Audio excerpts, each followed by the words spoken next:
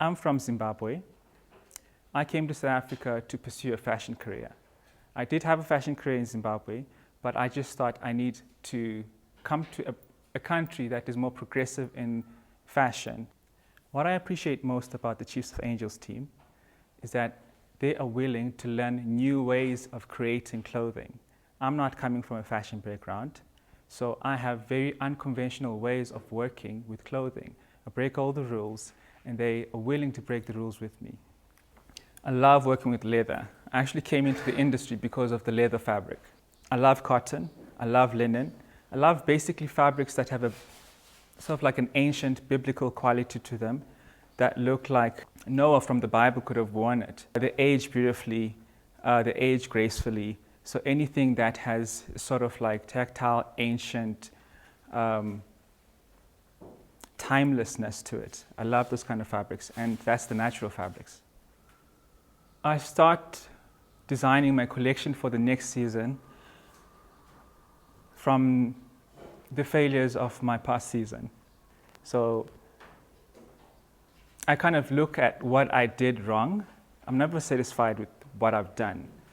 So it's almost like a way of kind of correcting the wrongs of the past and kind of like just improving on some ideas that I didn't really have time to flash out perfectly, or a technique that I got wrong, but nobody knows it, no one can see it.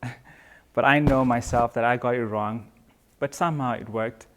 So that's where I start. Every collection is not a revolution, it's more of an evolution. Sort of like a different page from the same book.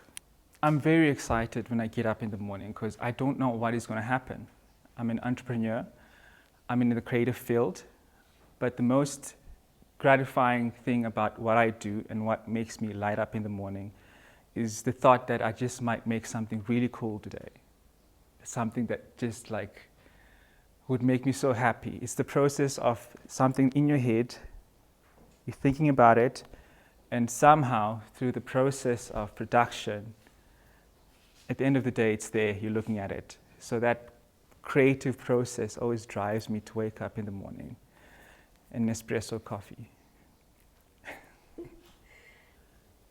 My collection is embedded in the DIY culture. It's about tapping into the craft skills that a 72-year-old something granny would have acquired through all her life. It's about taking the rock and roll era, her rock and roll era, and expressing it through the modern day and the modern time and the modern woman. And we collaborated with a lady called Gillian, who is from Pretoria. She has a company that does macrame work. So we really wanted that element in our collection.